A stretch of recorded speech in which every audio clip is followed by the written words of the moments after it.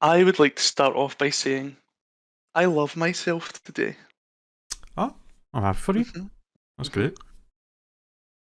I woke up about, I think maybe about 5:30, and I got your Twitter mention. Ah, That was a good gin. I mean, it was. See, the minute I seen that, right, I was like, I'm not going out tonight. The minute I seen that, I was like, it's signed and sealed and delivered. I'm not going out. But I waited till only 3 minutes ago to tell you. That's fair. I mean, I literally woke up like an hour ago. Well, like an hour and a half, an hour and a half ago. Woke up, took a shit, did some dishes that were lying that I'd been lying a few days that I'd left. Did them, made myself a bit of toast, and then when I came in with my toast, I seen your message, and I was just like, all right, I'll just finish my toast and we'll get started. I mean, I just loved it. Like, for those that don't know what we're talking about, it's like it's a meme of Shrek when he's Shrek 2 when he's lying in bed and he's contemplating life, and it's like something about like the social obligation coming up. It's the tag for the image is when you agree to go out and then the time to go out is getting closer. hmm I'll maybe if I remember I'll uh, put an image of the post up on screen in the Yeah, podcast if I remember to do that so that they can hmm see the reference. But but it's a good one. I it's so true. immediately thought of you as soon as I seen it because I know hmm me and you both have that. It's like you agree to something and usually it's something you do want to do, but Aye, then and sometimes. But even though it is something you probably were excited about and did want to do, the closer it comes, the more you're just sitting there like, I have to I go out don't and do want to do it. stuff and Aye, aye. For me, it's more like it's like I can't do anything else. You aye, know, like the only thing in my foremind, at the front of my brain, or whatever you want to call it, is that event. So I'm like, oh well, I feel like I can't really shower the now because I need to be showered for the event. So I would shower nearer the event. So does that make sense? Like, aye. I totally get that. I mean, I guess it is. It's anxiety, is what it is. It's but this is what for me. This is what's funny about it, right? And I love that our relationship is that we're both completely comfortable with each other, just turning around and going, it's not the one. It's not the day for me. I'm not for it, whatever it is. But like, there's no there's no reason not to see each other, if that makes sense. There's like no hostility. Aye, it's You know, there's aye. It's we both understand the effect of just I just don't want to do anything today. yeah. I want to stay in as much as possible today. Aye.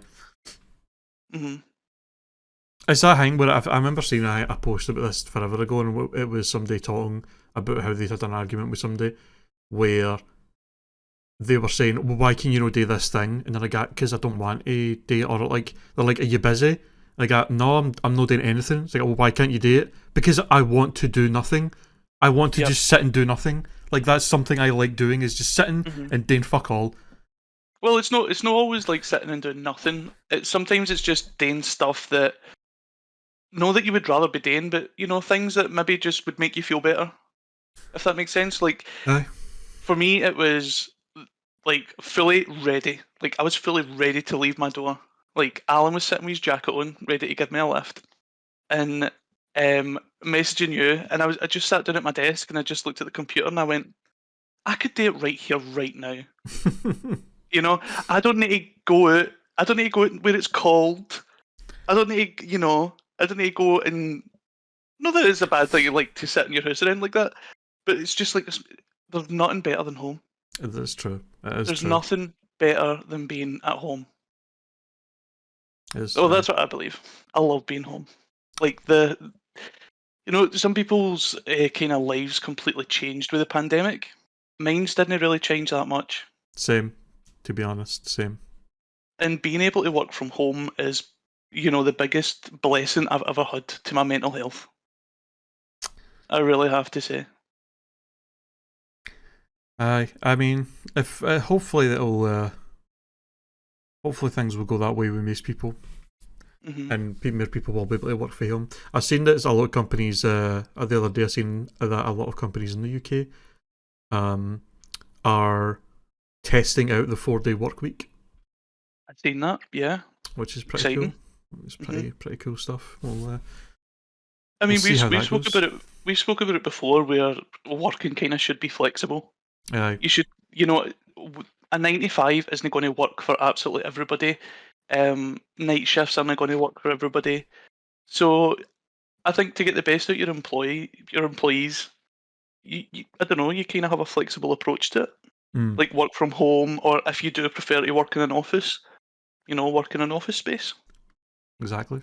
Because there is some people out there that feel like they're more productive in a workspace, which I can really understand. Aye, like I know that it is that thing where people like having a separate space for work compared to like their home where they relax and stuff like that. And they're like they like having it be a separate place that they go to do their work. Which is it's understandable. It's like, I mean, it is that thing. It's like you could keep offices open and shit and just have the option for it. Just literally say to workers, you can do if you can do your job at home the same way you can do it at the office. It is literally your choice if you want to come in and do it or stay home and do it.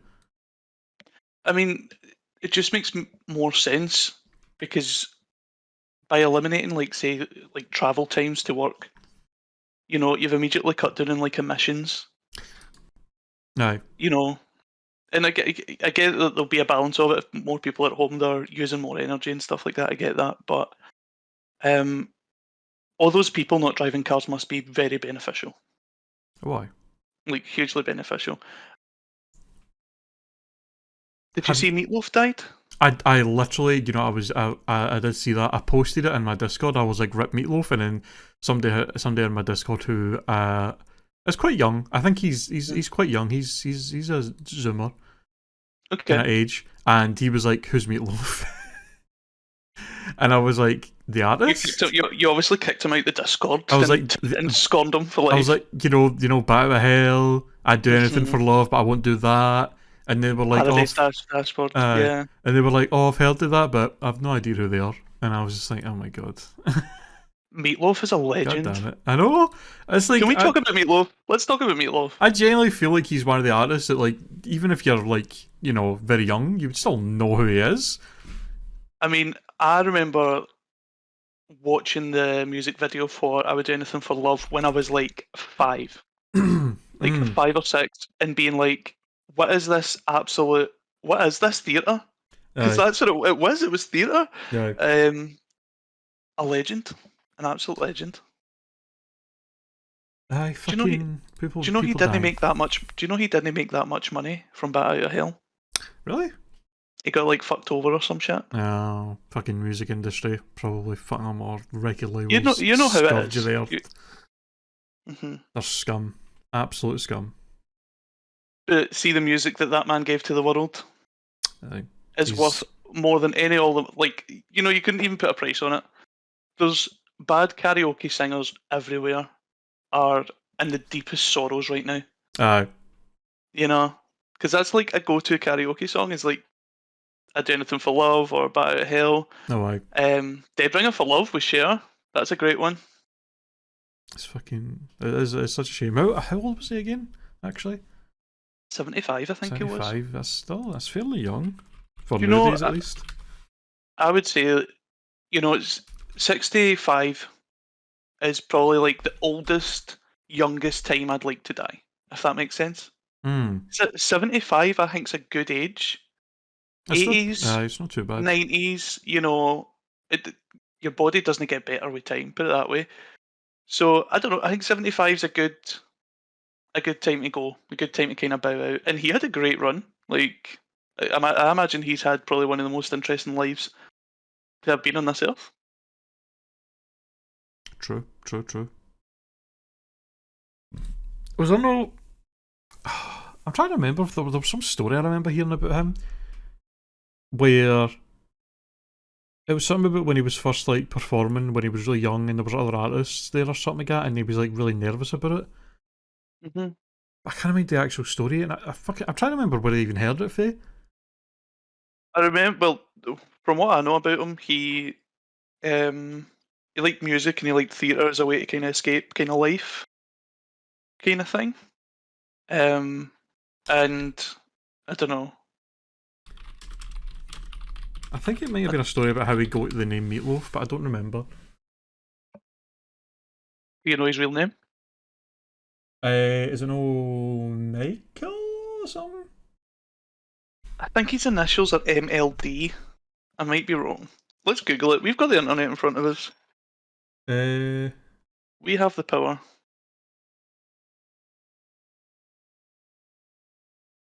By the way, welcome listeners to the podcast. Oh, we haven't actually said that, have we? Welcome. We have been rushed off our feet doing the research that we probably should have done had we known that we would be talking about Meatloaf. 74. Wow. Marvin Lee Addy. Addy. Oh, that's actually so sad. I'm just reading this thing. It says apparently he changed his first name from Marvin to Michael because there was a jeans ad where the slogan was "Poor fat Marvin can't wear Levi's," and he changed his name because he was like self-conscious about his weight. Jesus Christ. That's so sad. That is sad. Eat Levi's. Death to Levi's. Fuck you, Levi. Fuck you, Levi. That's one of the things, isn't it? Where I mean, people don't really think about like when they do characters in ads or movies or shows or whatever. The reason behind it. And they give them these common names, and for like these characters that are like they're really making funny for some reason, and then they don't think about the fact that, man, any child who has this name is probably going to get the piss took out of them now because of this. Like, they're going to be referred to as this person, and just like, I think bad. It goes a wee bit deeper than that. I think at the time they probably knew that, but the attitude was that they just didn't care. They were like that. Well, who cares if kids called Marvin get a bad time? We need to sell jeans. Yeah, it's like, oh well. Like, I mean, they really didn't have to have anybody in the ad. I'm sure they could do the ad with the person having a name. They could have just said, this fat guy can't fit into your jeans, and then it'd be like, oh. But it's like, no, this fat Marvin. It's like, oh great, now any kid named Marvin who's a bit overweight is going to probably get fucking just absolutely abused by their classmates. Just fucking everybody's going to start calling them Fat Marvin. Like, oh, Fat Marvin. You can't wear jeans. Can you wear jeans? No. Like, just, it's so brutal. Do you know, I thought of this earlier on, right? And I would like, it speaks to a wider kind of subject that I'd like to address, right? Which is advertising. And, some people say that the world kind of went topsy-turvy at 2020. That's when, the virus, blah, blah, blah, the world was gone downhill. Some people say that it was already gone downhill at 2012. They were like, oh, it's the end of the world, this is a decline kind of thing. I disagree. I'll tell you when the end of the world started. And it was when Yorkie put out those adverts saying that this chocolate is not for girls. Oh, and here is my reasoning. They turned around and they were like, yeah, we've got chocolate, but it's not for you. It's such a weird thing to try and like be masculine about a chocolate bar. A chocolate bar. Exactly. Like, a chocolate bar doesn't have any kind of masculine or feminine qualities. They just like sowed discourse just literally to sell chocolate. It's such a it's like I could see their mentality of like, if we advertise it like this, guys will get it, like guys who think they're pure masculine elite because they're like, oh, I'm a man, I Yorkie, and then at the same time there'll be women that will be like, how dare you tell me that I can't have this just because I'm a woman? I'm having it. Like, I guess that was probably their mentality, but it's just, I remember it wasn't very long before the ads got pulled because they did get a lot of complaints about that slogan. Mean, like, it seems to, like, with that slogan, who they're selling to is just a really toxic market. Aye. Like you're advertising to people that I don't know, if they were trying to do like this bubbly, Cockney London thing. I don't know what it is. It's not for girls kind of stuff. It's crazy to me. Like, That was like classic early 2000s advertising that was just like hmm not subtle at all about just being sexist and just it's just weird. It's so weird. But do you remember? One of the adverts, it was for, I think it was the Scotland Health Board at the time or something. I don't know.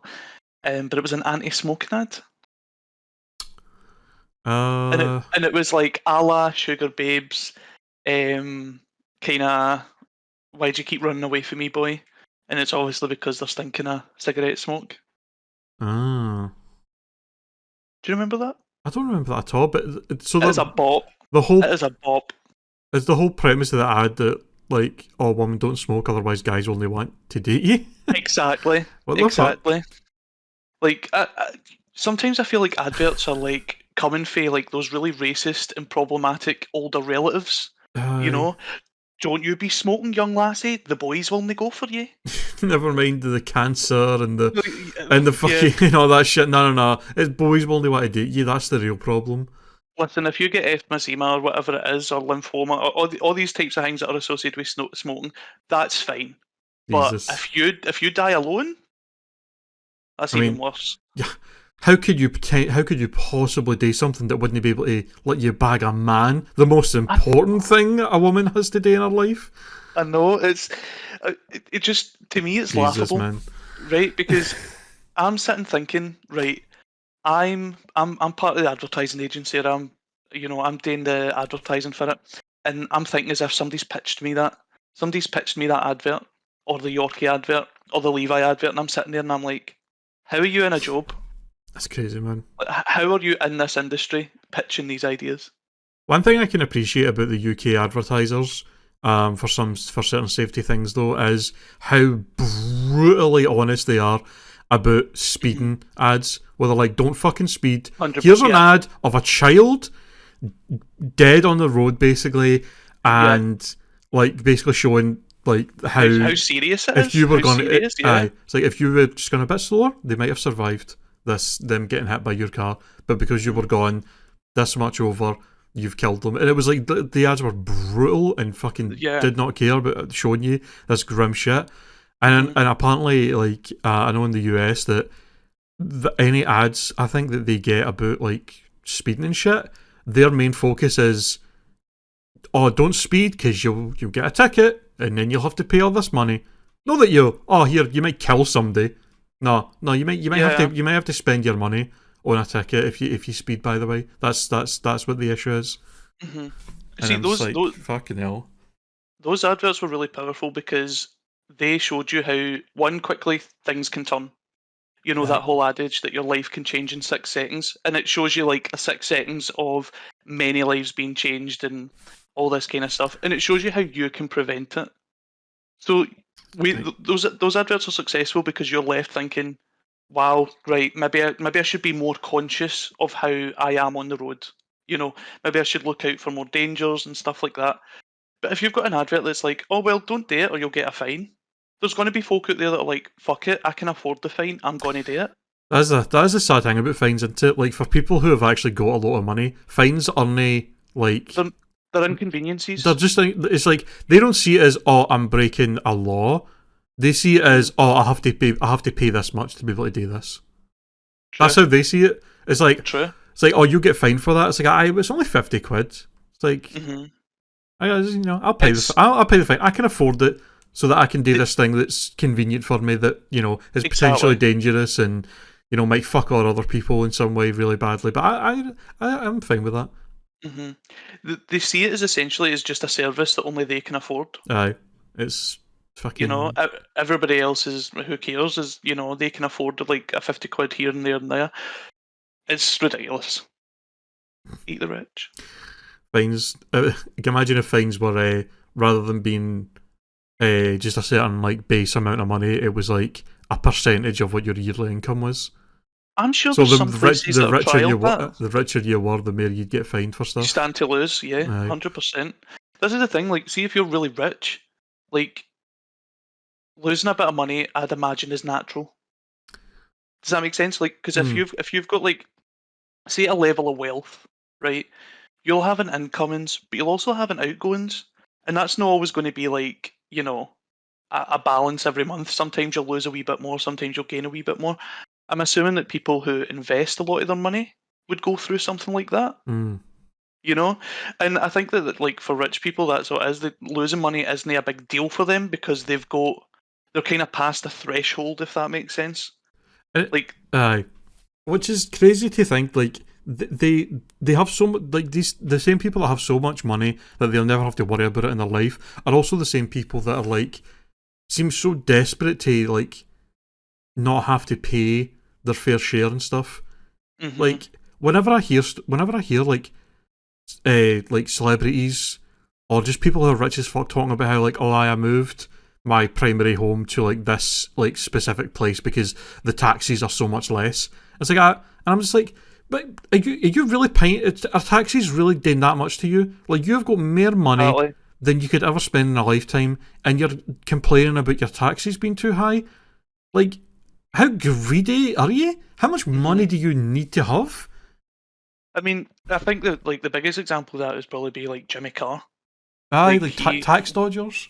tax dodgers, and I just sit and think to myself, like, the I reason you just, pay tax is so, for the education in the country, for the NHS, for the council services, all this stuff is what why you pay tax, right?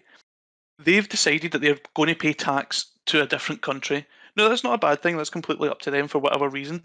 But, like, all the tax that they could be paying to their country, that all the fans that have made that actor, comedian, whatever it is, they're basically saying fuck you. I'm aye. not going to invest. I'm not going to invest in this country. Fuck this country. Fuck the country that made me. I'm going to go to that other country where I can stand to make more money. I just can't understand being a literal millionaire and being like, no, I really need to no pay these taxes because that's going to somehow, like, I just can't understand the mentality of it. Like, you're still going to be a millionaire no matter how much tax you pay. Like, you could be living somewhere in your country that makes you pay the most tax of possible, and you're still going to be a millionaire. Like, why Yeah, is that a problem for you? Like, it's just such greed. that's essentially what it is. At the end of the day, it's just a greed. It's just, I want more. What I'm on right now, like, some people get a taste for it. Some people get a taste for money and the lifestyle, and they try and copy it, they try and emulate it, and they bankrupt themselves trying to be in this kind of stratosphere, if you will. It's Uh, crazy. I seen a quote the other day that I thought was quite good, where somebody was like, nobody's trying to fix the financial problems that exist in like these in our countries, in the UK and the US, and that. He was trying to fix the actual financial problems. People are just trying to get rich enough that their problems don't affect them anymore. Exactly. That's very true. That's so true. It's just, it's fucking insane. It's insane. I mean, it really comes down, I think, to like empathy and apathy. Some people think that there is no kind of like one clear cut for how it is, or how it would, how the system is, or that. But I feel like some people are just like, well, I've got money. Why should I give it away? Or why should I? It's like Smaug from Lord of the Rings. It literally is. Like, that's what all the billionaires in the world are. They're like literally smog. Just pure, this is mine, nobody's getting it, even though I Mhm, don't need it for any reason, and I don't need mhm. this much at all. It's like, just, okay, Listen, congratulations, you're a cunt. like, if I was like, if the billionaires and all that, the people with the money, right? I get the whole you can't print more money. I get the whole you can't just click your fingers and gain money and money solves problems. I really understand that. But if you're like a billionaire and you're never going to run out of money, and your immediate family's never going to run out of money, right? And you're the keeper of this fortune, Mm-hmm. essentially, right? And a lot of them, by appearances, seem to keep the fortune to themselves. Having all that wealth, all that responsibility, you know, it's a responsibility. So what are you putting that wealth to? If your wealth is just an industry of, you know, fucking up the planet, fucking over people just so you can sell a product, you know, causing people damage just so you can sell a product, then you shouldn't have that fortune. Does that make sense? Like, you shouldn't be in charge of that responsibility if you're going to use that, or if you're just going to run that responsibility into the ground. Aye, and like it's like, especially like if you're making that, if you're running a company that's making that much money, you shouldn't be allowed to pay your workers so little. Like there should be Definitely, there should be some law that's like, if you're making X amount, then your lowest paid employees have to make at least this amount. Yeah. Like it's like some kind of, you can't pick up this amount of bonus if your employees aye, are still under the living wage. It's like you can't be like, you can't be sitting there being like, yeah, I'm gonna give myself a £2 million raise this year, and then your employees are like, Kier, can we get a raise to like, you know, like 50 pence extra an hour or something? And they're just like, nah, we can't afford it. Like, okay. It's always a very humble ask. I always find, like, for an employee wage rise, like, you're only ever asking for 5, 10 pence, 20 pence on the hour. Like, no one going in and being like, you know, I want an extra £7 an hour. Like, nobody's asking for these ridiculous demands. But like, look at people that work in McDonald's. They earn minimum wage, and McDonald's have kind of advertised themselves as an employer for young people. So that means they can pay those young people less. But McDonald's is one of probably the most profitable companies on the planet. So why are they still all making minimum wage? Why are they all still making minimum wage? I really don't understand that whole, you're young, you're only 18. Okay, so we're allowed to pay you less than somebody that's staying the same job as you who's older. Like, what? It's bullshit. Why? It's bullshit. Why am I getting paid less for the same job just because I'm younger? It makes literally no sense. When it happened to me when I worked, when I was like 16, I was starting work, I always felt that it was to make the older people feel better. Aye. I could imagine there'd be a lot of people who are like, especially like around middle aged, like who would really feel a bit. Yeah, they would just, it just would rub them up the wrong way. Like, why is this person who's only 16 making the same amount as me? It's like, well, you know, you're doing the same job. Why would they not make the same amount? But some people don't see it that way. Some people are like, I've been doing this for X amount of years, so I deserve to be paid more. And it's like, okay. I've never understood that mentality. Like, if just because you've been there the longest doesn't mean you should earn the most. Like, how much you earn in a business depends on how much value you can contribute to that business. So, like, if you're not making any money on that business, why would they pay you more? You know, just because you're a certain age doesn't mean that you're owed a certain wage. Oh, it's bad, man. It's fucking. It's that weird thing where a lot of older people have, a lot of the boomers mentality have, where they're like, oh, well, I was treated like shit when I was working this kind of job, so why should the conditions get better for other people? If I had to go through that shit, everybody has. Fuck it. Fuck making things better. Fuck fixing stuff. No, I had to go through it, so everybody else has. Like, what the fuck kind of psycho shit is that? It's crazy. It's so bad. Like, why would you not want things to be better? I think boomers especially need to learn this. The way that they lived isn't the way that everybody else is going to live. Like, they have this idea, or not just boomers, maybe I'm being a bit too general, but certain people have this idea that, you know, they have to be a certain place at a certain stage in life, and that if they're 50, they need to be, I don't know, great job, house nearly paid for, holidays twice a year, that whole bullshit. And I think that when things go against that, you know, because especially the generation that's out now, they do different things at different stages of their life. You know, you might be 70 now and go out and get your degree. Aye. You're never too old, or you're never too young. Like if you want to be in NASA, and I don't know how you would go about NASA as a youngster, but I'm sure there are ways. The ways of entry. And I think when they see stuff like that, it personally affects them. They're like personally offended. It's like that when people offer you a drink or something to eat and you politely decline, and they take that dead offensively. They're like, no, it wasn't an offer. It's you're getting it. That this is the way. People have, and I think that's the way boomers think. It's always this is the way that I did it, so it has to be this way for everybody else. Wait, they're way too much pride in stuff that really doesn't need to have pride in. Aye. It's like it's fine to just to have other people date differently and have things be different for them if it's better. Or like you just chill out, man. I always felt like when I was working in the supermarket at a very young age, I always kind of felt like the older women, especially, would look down on me, and the older men would kind of take nothing to do with you. They were just there for the job, and that was the thing. But it was like the older women were like, when they would talk to you, it would always be like, "So what you doing? This isn't your job. That you're only staying here forever. What you doing outside of this?" It always did pushy. It's like, you work in a supermarket. Why are you giving me shit? It's fucking. People are just insane. People are just. People, man. I hate people.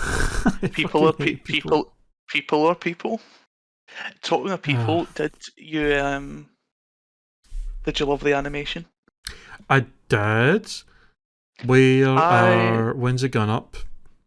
Well, I put it up on my Instagram, but if you want to put it up on your YouTube page, I can send you it. Because maybe more of your viewers will probably see it there. If you want to do that, I can do that, and then I can have your Instagram linked and stuff to say to people you can go watch it here and like show some love on the Instagram post as well, and I can share it on Discord and everywhere. All my files are too powerful. I can't send you it on Discord, but what's the best email? That or Google Drive, I guess. I'll email you. I don't know it. I don't fuck with Google Drive. Excuse me, SGR. Oh. Yep. I just say my email just like on the podcast, that's fine. Subject podcast. But the reason I brought it up is because, like other methods or other forms of creativity that I do, I'm always kind of shy about it. I'm always kind of worried that it's not good enough, that it's kind of, it could be better, and I'm really hard on myself. But see, when it comes to comedy, it could be the worst thing ever, and I'd find it hilarious. Like, I'm my biggest supporter when it comes to my bad jokes. It's fucking. I do question my humour sometimes, especially when I'm watching stupid memes. And they're just like so nonsensical, but I laugh at them, and I'm just like, man, if somebody tried to ask me why this was funny, I don't think I could explain it. I wouldn't know how to tell. I wouldn't know how to say it's funny because of this. Like I just, it's so fucked, man.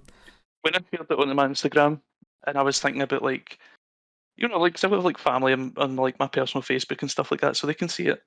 And I was just sitting thinking to myself, but will they even make of that? Like if my gran goes like that, I wonder how John and his roommate are getting on, and she watches that and she's like, what the fuck? What's going on? I do love it. I love one of the things I love about these kind of like these like reanimations for conversations on podcasts is like you can just fill them with so many like wee background details and and jokes and stuff that are so quick and that people will pause to see and be like, oh, that's fucking hilarious that's like there. And I love it. Like animating it, I realise it's not the listen. I'm not sitting saying that you're about to watch Fantasia, but I mean it's a good wee short, and like I'll be the first to say the animation isn't great, but I still love it. It's still hilarious. It's so funny. Like the jankiness of it. It's just this little neat package. I just love it. What's your favourite wee detail for it? I want to know because there's quite a few. Ooh. Well, I'll tell you. Tony's favourite detail was Frankie's tattoo. the tattoo was pretty good. Mhm. I quite like the I wasn't expecting you to be. I wasn't expecting you to draw yourself that way. when you flew in like that, I was actually howling at it. See, I had a few ideas what I was going to do, but when it came down to it, that just seemed to be the one that worked. it just worked. It's love it. And like, obviously, like I've shared it to like my professional, like my working page, and I know like potential clients are going to see that and they're going to go, right, okay. Like, they go, They're gonna be okay, very confused. okay, but I'm very proud of it, and I love it. It's great. I love it as well. I'm very proud of it. It's so good. I need more to animate. I need more to animate. If listeners, if you've got any like favorite moments where you'd love to see me animate them, sound off in the comments. Let us know. Mm-hmm. I'd love to do it because that was so much fun. Like, just honestly, I feel like I was working for Hanna-Barbera. You know, I'm sitting there like just in my wee studio drawn away. I loved it. It made me think that like being a cartoonist at the start of it, you know, like Hanna-Barbera, Warner Brothers, that kind of stuff. How good it must have been. Like what good work. It's definitely something you have to have a passion for. And For me, it would be very good work. I would very enjoy it. What do you think would be your equivalent to like a dated job? A dated job?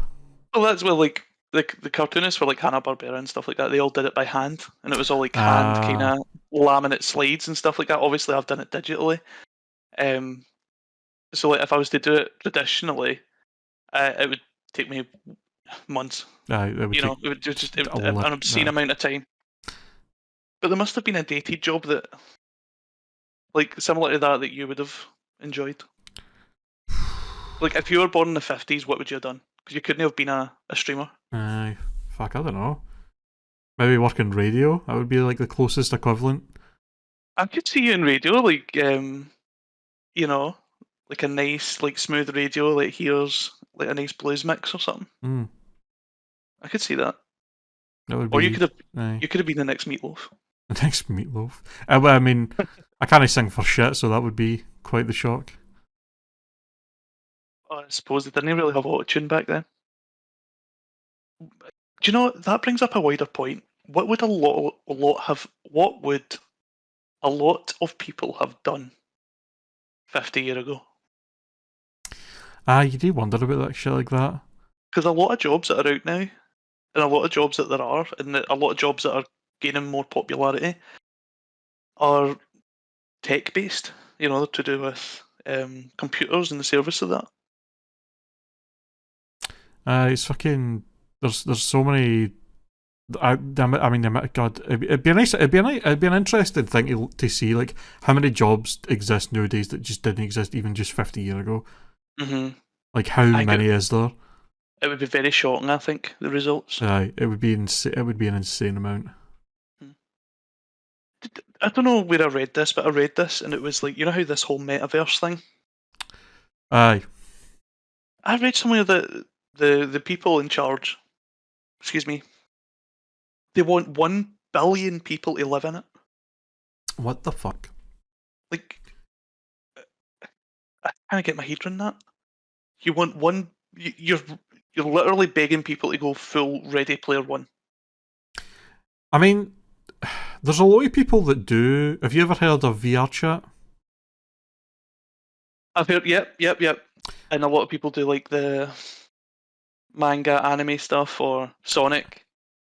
Like that kind of, you choose your own model kind of thing. Aye, and there's a lot of people that have have got VR headsets that do spend like a lot of their free time just in that because like they've made so many like friends and stuff there, and like that's their place to go to just like hang out for the night. Like it's like rather than like, oh, I'm going to go out to the pub with friends or I'm going to have some friends over. It's like jump on VR chat, hang out with all my friends on there, and have a good old time.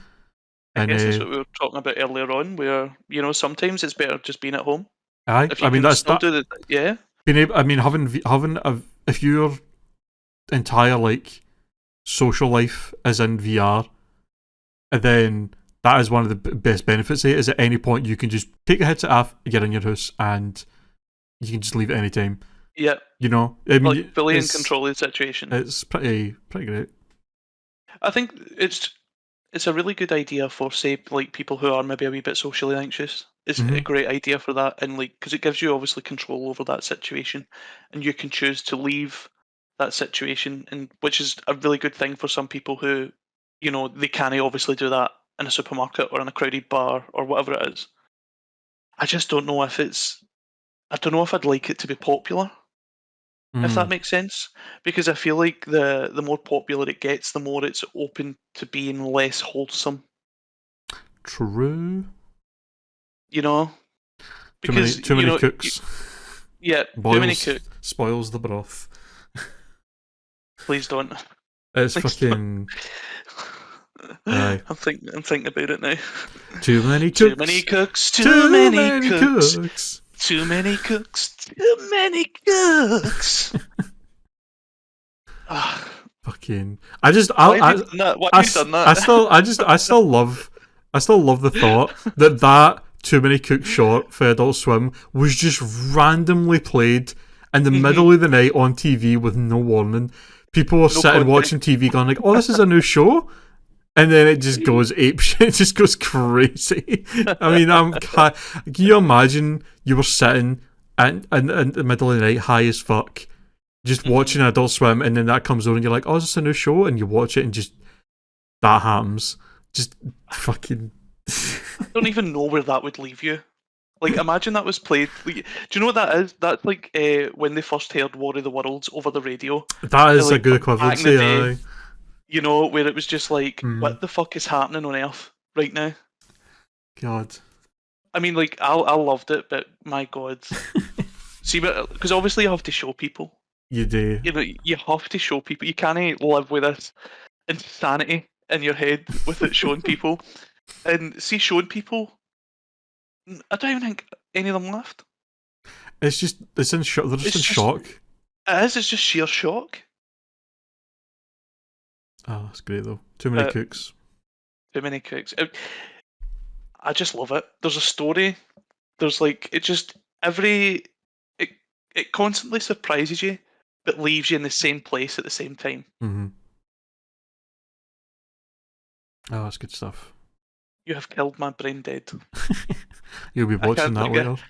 Honestly, I've got the house inside my head now, and it's just all the characters. Can we take a moment to address the screaming names? The screaming names? Well, that's one of my favourite parts. I don't know who wrote that joke. I don't know who you are in this world, but see that kind of comedy? That's the kind of comedy there's just the absurdness of it. Like, amazing. Just delicious comedy. That's good shit. That's good shit.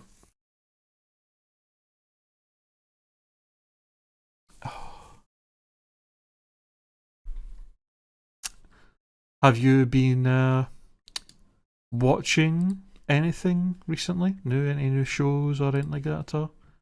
My consideration for One Piece has taken a step forward. Oh. I still haven't watched it yet. Oh. But I keep seeing a lot of.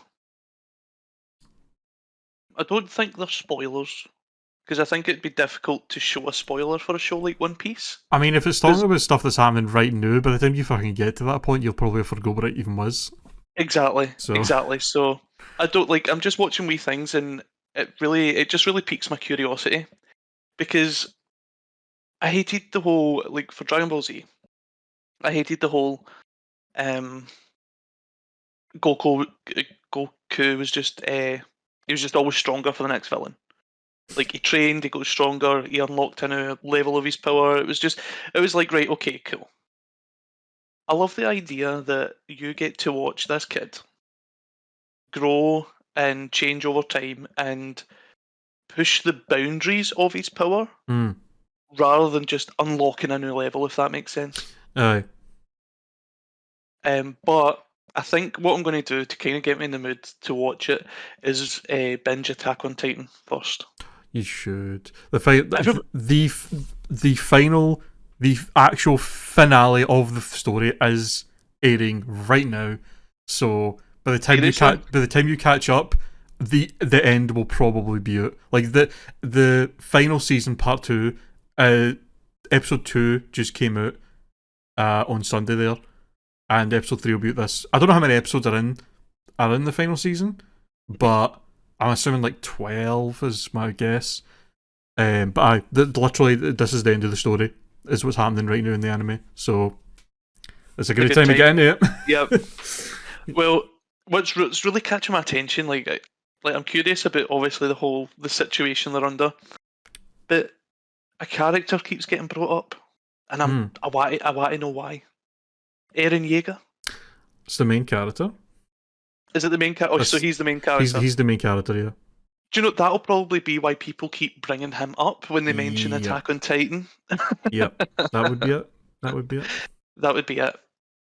But I'm definitely going to watch One Piece. I have decided it's like one of those things you just need to do. It's just so good. Mm-hmm. It's just so good. It's one of the most intricate and interesting worlds of fiction. Mm-hmm. That's what's really attracting me to it, and the animation as well. I like how it's no like traditional anime. It's got a style to it. The character designs and everything are kind of crazy. Well, this is the thing. It's not just like one design for me. It seems to be like a huge range of designs. It's almost as like there's like just different people working on the designs kind of thing. Which obviously like, because I think, not to drag Dragon Ball Z anymore, but it's the same, like, fucking Aryan race, like, the white hair and the blonde hair. Toriyama has a he has a style, and it is pretty consistent through all characters. Oda pretty much, as far as I'm aware, designs all the characters in One Piece. So, and he just goes crazy with it. He's just like, fuck it, this is what this cunt's going to look like. He's crazy looking. He's got all this shit going on. I like that. It just adds a level of uniqueness to it, because if you're talking about like pirates and like fruit that gives you powers and this whole kind of race to be the ultimate sea pirate, then why wouldn't there be tiny little bears or skeletons, that kind of stuff, Mm-hmm. It feels like such a diverse world. Yeah, exactly. Dragon Ball Z ain't shit. Ain't shit. As much as I love Dragon Ball Z and I've got such nostalgia for it, One Piece, in my opinion, I'm not going to argue with people out there who fucking love Dragon Ball more than One Piece or whatever, but in my opinion, One Piece is a much better manga and anime overall than Dragon Ball is. I still love Dragon Ball. I still have a love for it. Controversial. But I do. One Piece is definitely better in my opinion. I'm going to just watch One Piece just so I can back up that opinion. Even if I agree with it or no, I'm just going to back that up. But yeah, I'm looking forward to it. I mean, where can I watch it? Is it on Netflix? I think... Didn't I get that Crunchyroll? In fact, is it on Netflix? If it's on Netflix... I think it was on Netflix at some point, but it might only be the US. Crunchyroll is like... It's definitely all on Crunchyroll, so you can watch it on there. I'm pretty sure I'm pretty sure some of it was on Netflix at one point, but I genuinely don't know if it was the UK or what. I've not had Netflix in a while, so I'm not sure. Do you think I could binge watch every episode in under the 14-day free trial? there's no chance. I think even if you sat up 24 hours every day, there wouldn't be enough time. They're currently they're now over 1,000 episodes. It's like 20 minutes each. I think it's like 1,007 they're at right now. 20 minutes average each. If you probably a bit less if you cut out, like, if you don't watch the intros, and then sort of later on they get some of the start of each episode has like recaps and stuff. So it's probably a bit less than 20 minutes, but if you average it at 20 minutes per episode, it would be what? Fucking what's Let's do the maths. Let's do the maths. 20 times 1,000. 1,007. 1,007. So it's 20,140 minutes. And then divide that by 60 is 335 hours. So... Right, 330... Well, it's 336 hours I've got. Oh. Rounding up. Rounding up. So, 336 hours. Say... So there's 24 hours in a day, times 14. There's 336 hours. If I don't sleep, if I literally don't sleep, I could do it. Just. Aye, it's quite a binge. It's quite a binge. It will. That's huge. That's a huge chunk of time. I mean, the good thing is, in the 14-day free trial, by the time you're, watched X amount of episodes in those days, you'll definitely know if you do want to continue the whole thing or not by then. Right. I would say so. Right. You'll know if you're really into it or not by the time you. And I'm sure there's a lot more fine programming on Crunchyroll that I could check out in my free trial. I mean, you can watch Attack on Titan on there as well. There's other great animes. Tokyo Revengers is a good one. Jujutsu Kaisen's pretty great. They're kind of recent ones that are both pretty good. This podcast is sponsored by Crunchyroll. I fucking wish. Crunchyroll, do you want to sponsor me so I can watch anime on my stream? I'd fucking love that shit. I would love Crunchyroll to sponsor us, and I would try and blag like maybe a 3 months trial so I could get some sleep. Aye. Great stuff. So what you got planned tonight then, since you don't have visitors? I am going to be...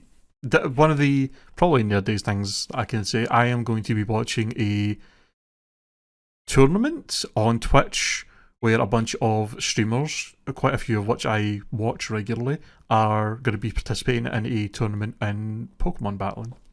Quite a few of which have not really got a lot of knowledge of Pokemon, so it'll be quite interesting to watch them struggle with it and see how they do.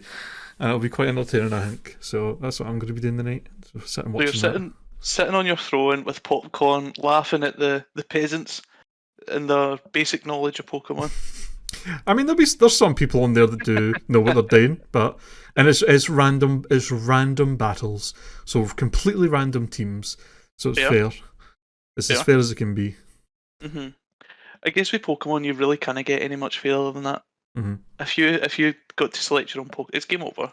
People would in their wee setups. I mean, one of the participants is literally a previous world champion in the actual official tournaments, so. Wouldn't it be very fair if he could build his own teams? No. Wow. So we'll see how it goes. That must be quite fun for the people playing. Be able to play like obviously someone on that level. Is it just like a fun tournament, or is it? It's just for fun. Aye. It's a streamer that I watch who's like does like Nuzlocke stuff. He's like putting it together. He's just gotten like a bunch of other big streamers and. That some of which play Pokemon, some that don't play it as much, and he's just like, "Want to be in this tournament on stream for fun?" And they're all like, it sounds like a good time. Sounds like good content." So I think you declined the invitation because they don't accept professionals. I was too busy. I was too good. They don't accept professionals. No. I mean, well, you get to have more fun by spectating. Exactly. That does sound like a lot of fun. Is it like so? It's just Pokemon battles all night, kind of 1v1 till the winner is decided. Yeah, I imagine it's probably like best 2 to 3 or something for each round. It's just like a normal kind of tournament bracket, and I'm assuming it's just our best. They do a best 2 to 3 battles, and then whoever wins just moves forward. I don't know if there's a losers bracket or anything like that, but I would absolutely love. If like the winner, they do the tournament, everything's good, the winners are decided, and then like the screen just kind of fades to black and like the scramble and the Pokemon music, and it's Red appears. You still have one challenge left. The champion. I'd love that. That'd be good shit. Well, when I told Alan that I wasn't going out tonight, he nearly started crying. So he's gonna spend some time together the night. Well, that's what I thought, but he was, he's still in tears because I'm not going out. Oh, he wanted me to go out. He wanted you to go out. I Well. was like, Alan, I'm not going out. And he's like, oh, are you sure?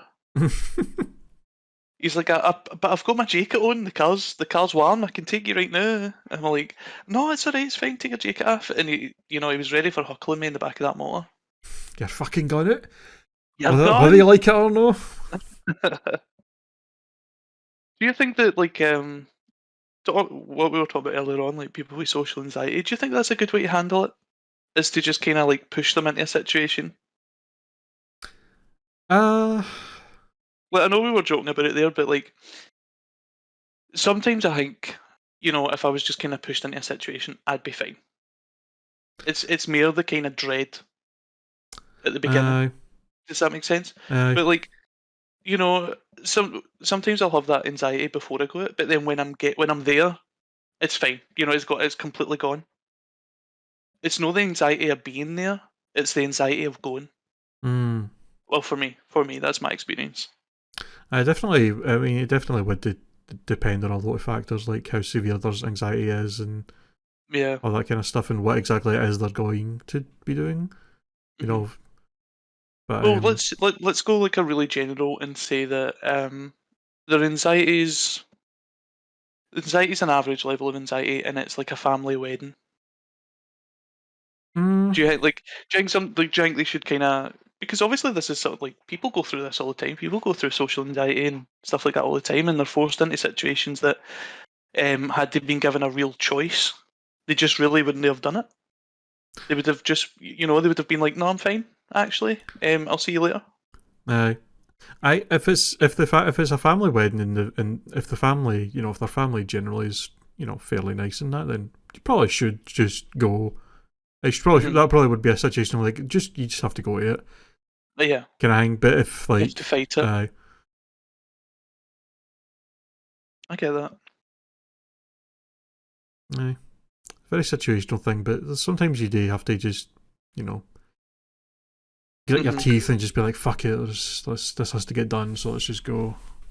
I'll tell you this though. See if 2 minutes before my wedding you phone me up and you're like, John, I woke up and I thought, nah, it's not for me the day. I'll see you tomorrow. I'll maybe pop by the reception. It's for a minute. I don't know. We'll see I'll see how I feel. What time's it open to? And is there empty driving? Oh fuck. By the way, are you over your spoiler from the Pokemon game? I see someone spoiled a little something. I'm over it. It wasn't like a huge deal. It was just like, you were not over it at the time. I wasn't. It's like, I was more upset by him just spoiling it rather than the actual like what the spoiler was. Aye. You know what I mean? Like the actual thing spoiled wasn't that big of a deal. It was just the fact that I specifically told him that I didn't want any, and then he just like within hours sent me a spoiler. He wanted the new Pokemon game that's coming out next week. Because like, for those that don't know, new Pokemon game out next week. The games have been leaked. Somebody clearly got early copies, and is like, people are leaking a lot of the stuff online that has not been shown yet. Like a lot of big things that they've clearly, not shown, so that there's good things to discover in the game when you actually play it. So I was like, oh, that's a problem.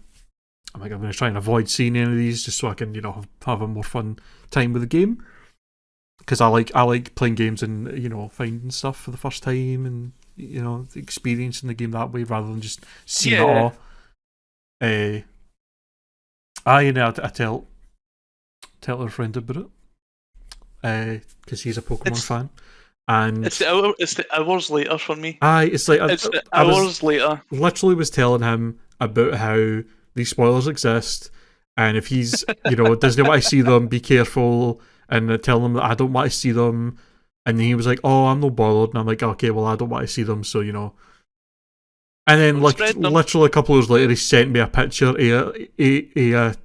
one of the new Pokemon designs that are in it that I hadn't seen yet because it wasn't shown, and he just sent me it and was like, what do you think of this? And I'm just it's literally just like, mate, I just asked you not to send me any of this stuff. Like, just asked you. You know, I feel like, see, if you hadn't have said anything, it wouldn't have been sent. I feel like you played like devil's advocate by being like, "Listen, I don't want this spoiled." I think, You know? nah, he probably still No? that still would have happened because like he probably would have seen the leaks at some point even without looking for them. He probably Yeah. would have stumbled upon one and he would have just sent me it to be like, oh, would you think of this design and all this? Like he probably still would have done it, to be honest. But it's just it really annoyed me. I was just like, mate, I was just like, come on, So funny. it's just asked you to do this. And you're such an arsehole. It's like saying, it's like waking up and being like, "I can't be late today," and you miss your bus, you sleep in, you miss your subway, all that kind of stuff. Oh, So funny. it's bad, man. Do you know? Just think about it there. Like, why wouldn't you have been able to see the previous message? Like, I'm just seeing the previous message as in, "I don't want to see spoilers," and then him being like, "Okay," and then like just 2 hours have passed, and then it's, "Oh, here's a spoiler." And then she's just sitting there like, "What the fuck?" And I know, like he'll probably his no argument. Like he was clearly like sorry about it, but like, I think his excuse for it would be like oh well, it's you said that you'd seen like what the starters choices were, and I'm like, aye, but that doesn't mean that I'd seen this. Just because I've seen what the first form starters were, it doesn't mean I've seen this. And it's like, yeah, I could see why you would think maybe I already knew this, but also you could have took like 2 seconds to look to see if that was a leak or no, or even just ask me first, like, hey, have you seen the final evolutions of this, or have you seen this specific thing? And I would have been like, nope. But nope, just sent it straight, just assumed. Lee's is I would say it's Lee's because he knows who we're talking about. He'll know. Lee's is like the embodiment of that phrase. If you assume, it makes an ass out of you and me, because he just does. He loves to he just assumes shit and doesn't think about it. He just assumes like things are the case and then does it, and then people are like, "Why would you do that?" And he was like, "Oh well, I thought this," and I go, "Well, no, that's not it." And he's just like, "Oh." Like, just take a second to think about it, man. Like just because the way that you thought about it doesn't mean it's an excuse. You know, just because I mean, when you did tell me you did tell me at the time, and I'm sure at the time I told you like he was probably just happy or excited to share something about Pokemon with you, which is probably the truth. I can't. But I just kind of get over the fact that you've literally went, "I don't want spoilers. I don't want any spoilers," and he's went, "Alright, cool. Let me just send this image for the game that I've just seen without finding out if it's a spoiler or not." Oh, it's fucking. It's a really endearing quality that he has. It is. You know, it's at the time you're annoyed, but see after it you're like, "What the fuck?" You know, what was that? It's a nice thing where it's like, I mean, he does this stuff and it annoys me at the time, but then afterwards it's like, well, at least I can talk about it and tell other people and it will be funny. And you can tell him as well. This is like, I love the relationship that we all have, like me, you, Lee's, and Frankie's, that we can just say things that how we're feeling, even if that is something annoying. Like we don't hold back. We don't hold back in the sense of where it's like, you know, like I don't know how many times people have came up to me and been like, "Oh, this person's annoyed me, and I don't know how to tell them." I'm like, "Bitch, tell them." Just say like them. Flat out scream in their face and be like, "You're annoying me," you know. Well, you don't have to go that far, but you know, just tell them. Just tell people how you feel, even if it's bad, because you can work it out. It's much better to be just upfront about stuff like that. Because if you don't, then you know it festers, and then they do more stuff that annoys you that you don't tell them, and they don't know they're annoying you because you've not told them, and it festers more and more, and then you end up blowing up at them more than you would have if you just tell them in the first place, and then it ends up becoming a bigger deal.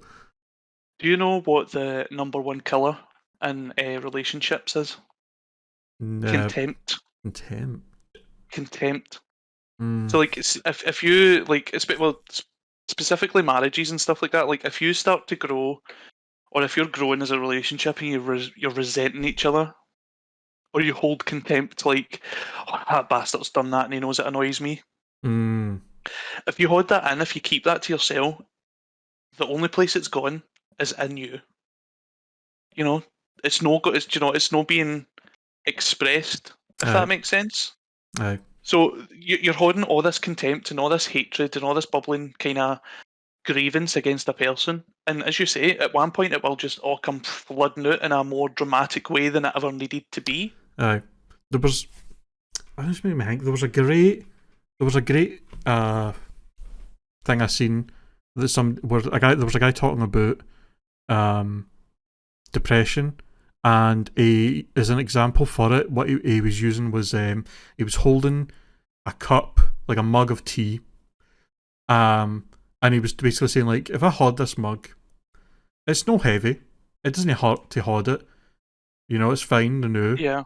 But I hold it a little going. longer, gets heavier, arm starts to hurt. Hold it even longer than that.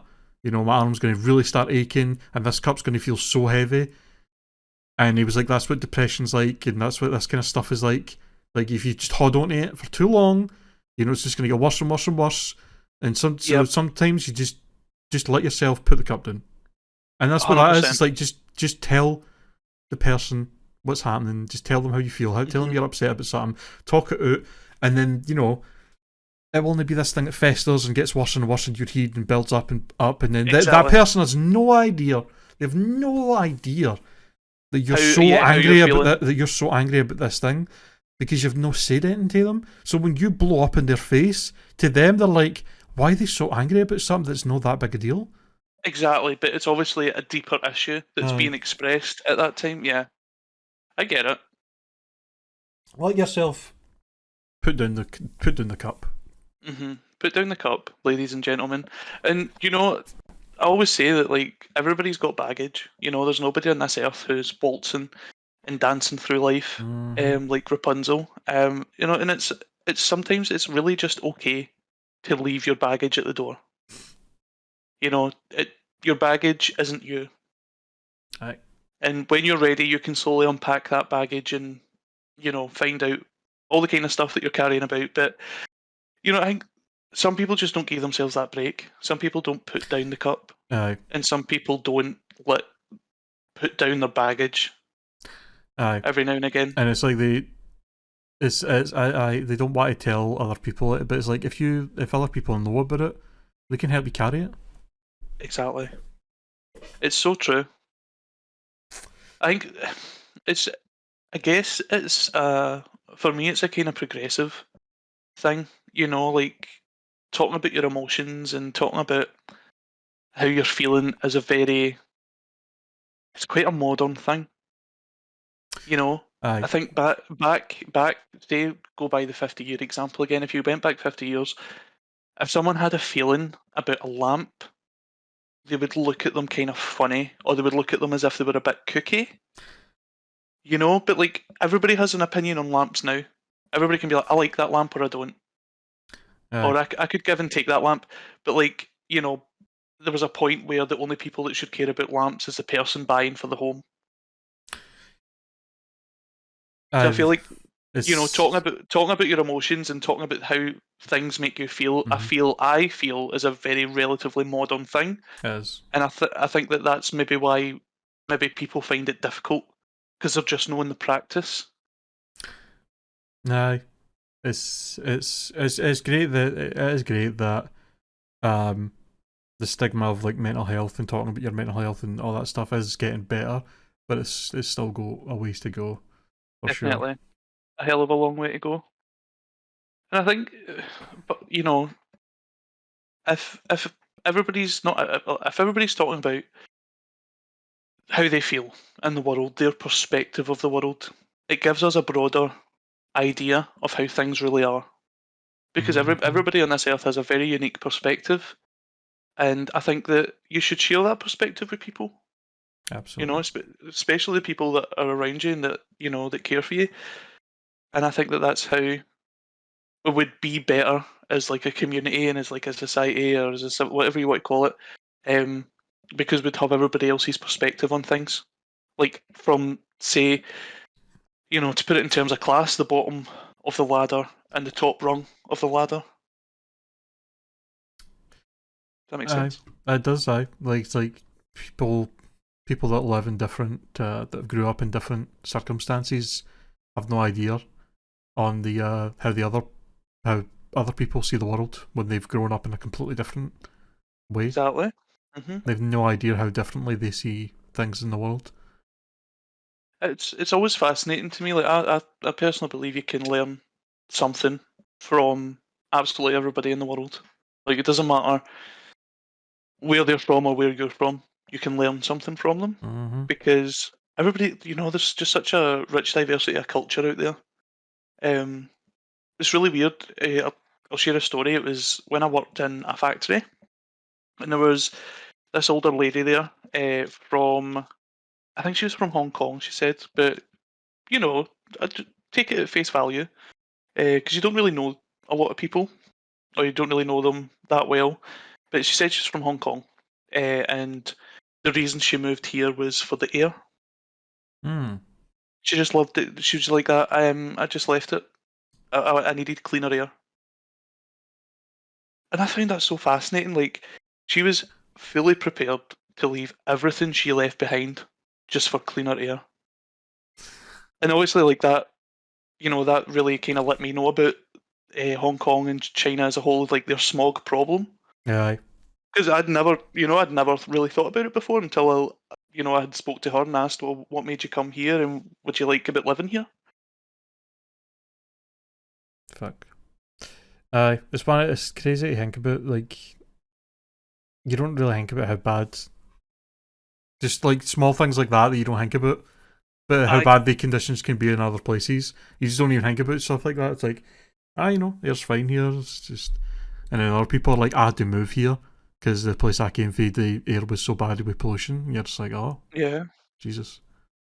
I've been saying it for years. I think Scotland's probably one of the best places in the world to be born because the air is probably one of the clearest in the world. The water The water's. is one of the cleanest in the world. Um, and it's like it's a very privileged country. Free education, free healthcare, and so like when I was younger, I guess I took a lot of that stuff for granted. Because I thought everybody else would just have what I have. Aye. I'd like to me like when I was young, like as a kid, and you'd hear about other kids who couldn't go to school in like worse off places in the world, and it's confusing because you're like, well, wait, I'm in school. Why isn't everybody else in school? Why isn't this the thing? Does that make sense? Mm-hmm. It's aye. People just need to really learn about other cultures and how things are, other problems people deal with. Yeah. It's just taking that shit for granted is. I mean, it's alright when you're young and you're ignorant, you don't know any better. Yeah. But I do think that if you're on this earth, you do have a responsibility to help everyone around you or do better by everyone around you. Like, don't come to this earth and be a piece of shit. Nobody can be bothered with that. I don't think it's just not that hard. It's not that hard to not I be a know. piece of shit. I feel like. And yet millions of people find a way to do it. They struggle with it. They struggle with it so much. I love that. I love the fact that like people have really put a highlight on the assholes of the world, and they're called Karens. Like collectively as a global group, the internet has came together and went, if you're an asshole, you're a Karen, and you don't want to be a Karen. I wonder how long it'll be before Karen. Like, I genuinely wonder if, like, I would love to see a chart of, like, how often children are named Karen when they're born, and, like, how big a decline it's getting to be now. Like, nobody's calling their kid a Karen anymore. Nah. I don't know, I mean, like, the name Karen could have a comeback where, it's very fashionable to be called Karen. I don't see it personally, but I mean, do you not think it's weird that when like kids grow up and you've got kids running about called Khaleesi and Daenerys, how like you're going to look at them and you immediately judge the parents. because do. it's not the kids know watched Game of Thrones and went, wow, I'm going to be Daenerys. I feel like Would you ever name one of your kids like a name out of like One Piece or a piece of media or something like that? if I did do that, it would be a name that's already like a normal name. I think. Okay, yeah, You know okay. what I So you mean? can blend, Like, you can blend in. You get the best of both. it's like if there was a character, if I was like, if I was like wanted to name a child after a character, it would have to be a character that's got a regular name where they don't necessarily, where other people will be like, oh, you're named after this person, like immediately, and then it's weird. It's a weird thing. I think I don't to think do I that. could. I really don't think I could. It's just weird. Do you know? That's another thing that's great about Scotland is changing your name here is apparently a very easy process compared to other places. Yeah. Which is nice because some people they get born and their parents give them shit names that they end up hating, and then it's like but as soon as they turn 18, change that shit. I hate this name. It's like you should be allowed to do that. You shouldn't feel bad about it. You should have a name. Really, yeah. You should it's your name. You should like it. And if you should be. You definitely should be in charge of your own identity.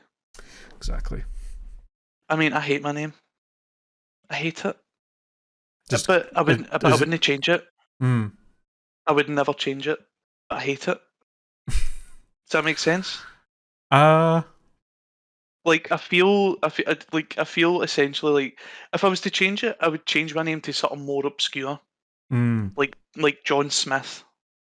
Is that more obscure? I mean, Smith is no more obscure. Like I mean, like more plain. Oh, more plain. I like more average, normal, uninteresting. John Smith. I think if there's one thing about my name that I don't like, it is the constant every time somebody asks me it, I always have to tell them how to spell it. Is it a V or PH? Is it OR or ER? Like, do you have a name that's just like people just know how to spell? There's no alternatives. It's just this is how it's spelled. That's how they assume it's spelled. Easy. I would nice. I'd hate to have like if your parents were migrants and they've came over here and they've gave you like a traditional name. I would hate the shit you must have to go through. It would be it must be a pain in the arse. Like it must be a pain in the arse having parents from other countries that have given you a name from that country's culture. That's a lot of people in the UK and that would not have ever really held, and constantly having to tell people how to spell it, and that would get real. And people constantly probably mispronouncing it. That would die. That would be very irritating to deal with. I mean, Irish names, they get a really bad rap. Like obviously because the way that they're spelled isn't always necessarily the way that they're pronounced.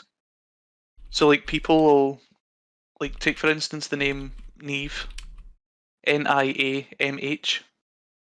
People would be like, "Your name's Niamh," but no, it's Niamh. That's not what it says here. Like, bitch, I'm telling you how to say my name. Like, why would I lie about it? You know that do you know the whole thing about Koreans always having an English name?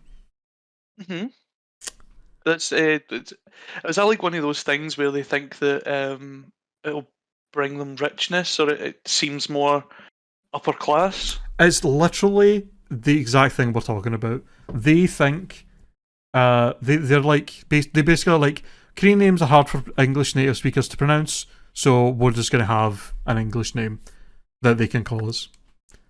That's it. That's literally it. I mean, I get why they're doing it, but that's sad. They shouldn't need to be doing that. I know, it is a shame. That is a shame.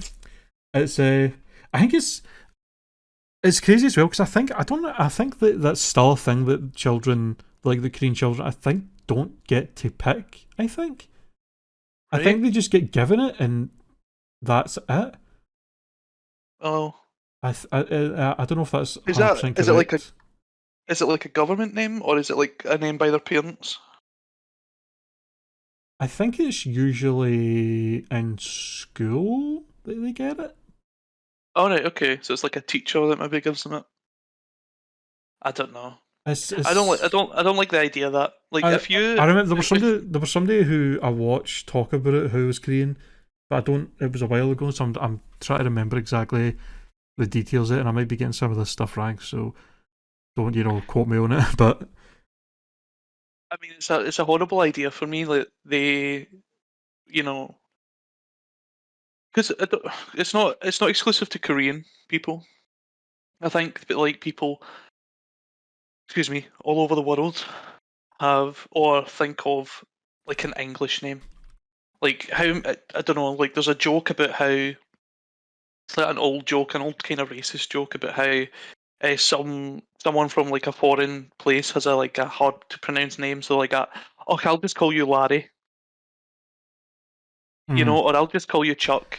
aye, You're just like learn the person's fucking name. Like it's it's so ignorant, it's so ignorant. Just learn that fucking person's name. It is not that hard. if this person can move to a different country and learn the whole fucking second language, you can learn how to say their fucking name. Yeah, exactly. You can afford to give them the fucking respect as a human being and learn how they like to be addressed. Crazy to me. People ain't shit. Right. And people who watch Dragon Ball Z ain't shit. You heard it. Fucking Dragon Ball fans. I know. They're always the most vocal. Aye. Always somebody just pot them out like Dragon Ball Z is the best. No, it's not. It's alright. It's not bad by any means, but anyway, I think I've ripped on Dragon Ball enough. I'm going to go and have a nice wee evening in my home. Same. Get nice and cozy with the puppies, and just relax. Sounds good. I'm gonna go and do the same. Well, minus the puppies, as I do not have any. You have a tournament though. Yes. But yeah, I hope that the listeners, I hope you have had a good conversation with us, and feel free to sound off in the comments about any clips that you'd like to see animated. And even if you have like really wild and wacky ideas about how you'd like them animated, let me know. Because I'll just do it. But enjoy your tournament. Enjoy your night. And listeners, enjoy your night wherever you are. Thank y'all for listening. Bye. Thanks for listening, guys. Bye. Fucking Lees.